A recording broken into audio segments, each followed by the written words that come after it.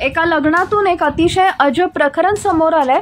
यात यूपी मधील गोरखपूर इथं हरियाणातून लग्नाची वरात आली। या लग्नामुळे सर्वजण खूप आनंदी होते।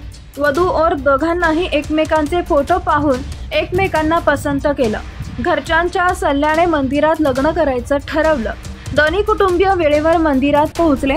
पंडित यांनी विवाह विधी सुरू केला। लग्नाला दोन्ही घरातील सदस्य आणि काही नातेवाईक उपस्थित होते। मुलगा मुलगी एकमेकांशी प्रेमाने बोलताना पाहून सर्वांना आनंद झाला। लग्नाचे बहुतांश विधी पूर्ण झाले। आता फक्त 7 फेरे बाकी होते। मिळालेल्या माहितीनुसार पंडित यांनी नवरदेव आणि नवरीला फेऱ्यांसाठी बोलवताच मुलगा आला आणि त्यानं लग्नास नकार दिला। हे ऐकून तिथे उपस्थित सर्वांना घाम फुटला आणि प्रत्येक जण विचार करू लागला की आतापर्यंत सर्व काही ठीक होतं, दोघेही खुश होते, अचानक असं काय झालं ज्यामुळे मुलाने लग्नास नकार दिला।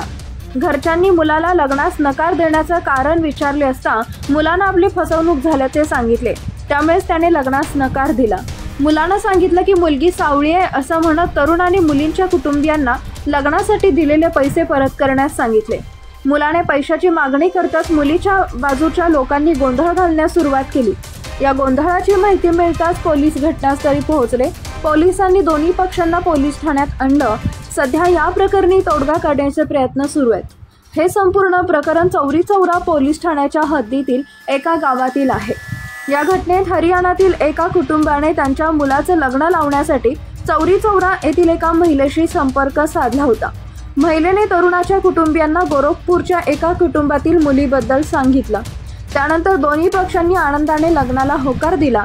लग्नासाठी तरुणाने मुलीच्या कुटुंबियांना पैसे पाठवले। शनिवारी मंदिरात लग्न करण्याचं ठरलं। मात्र 7 फेरे घेण्यापूर्वीच वराने लग्नास नकार दिला।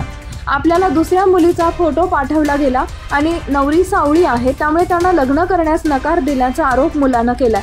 दरम्यान मुलीच्या कुटुंबियांनी मंदिरातच गोंधळ घालण्यास सुरुवात केली।